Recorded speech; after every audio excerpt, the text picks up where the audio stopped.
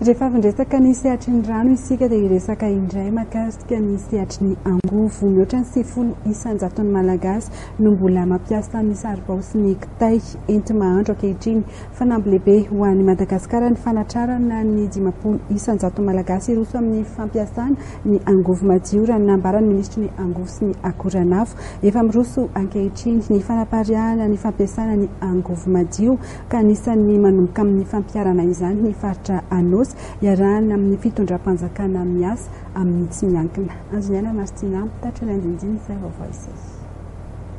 Miroso amin'ny fampiasana ny angovo madio ny etiatsimon'ny Nosy ankehitriny. Eto Anosy no manomboka izany.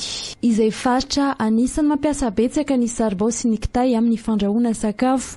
Mahatratra amin'ny 200 taonina isan'andro eo ny fandaniana sy ny filan'ny faritra amin'ny hazo. Raha ny antotanisy mikendry fanavaozana goavana amin'ny sehatry ny angovo sy ny fandrahoana sakafo ary indrindra ny fiarovana ny tontolo iainana arak'izany ny fampiasana manomboka eto ny angovo madio. Tombony ao anatin'izay hanena amin'ny fampiasana ny hazo izay hitasika fa efa mihena dia mihena izay hazo tapahina amin'izay dia maro ka mba hihena zany ny filana amin'ny resaka hazo.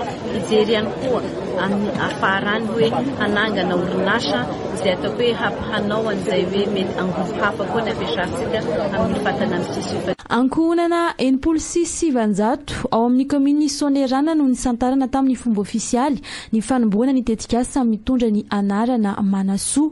Fatana mitsitsy izay ampiasaina amin'ny kitay ary ampiasaina amin'ny arina fandrehitra izay mavita mitsitsy hatramin'ny 70 isan-jato ny fandaniana ary mampiena hatramin'ny 20 isan-jato ny entona CO2 no nozaraina teto. Tsy hoe fatana mitsitsy raha ihany nozaraina ohatra ho an'ny komina fa fatana mitsitsy anankiroa amin'izay tena hoe ampiasain'ilay olona andavanandro ary tena ampiena an'ilay filana araky ny ara-charbon izay sy hoe filana ara-hita.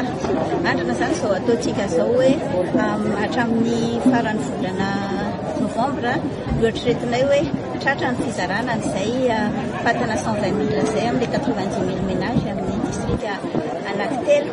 Arak'izany mamaly tanteraka ny vinan'ny fitondram-panjakana ny fampidirana ny tokantrano malagasy amin'ny fampiasana ny angovo madio ity tetikasa ity. Ny firenena izay nametraka fanamgoavana amin'ny fafana manaparitaka ny fampiasana ny angovo madio io hoy ny ministry ny angovo sy ny akoranafo.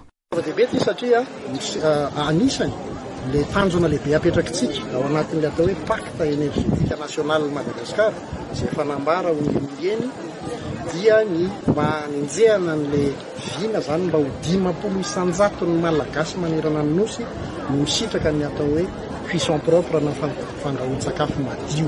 Tanjony tetikasa ny izarana fatana miisa 2 alina sirahetsy ho an'ny tokantrano 5 alina amin'ireo distrika 3 mandrafitra ny faritra Anosy.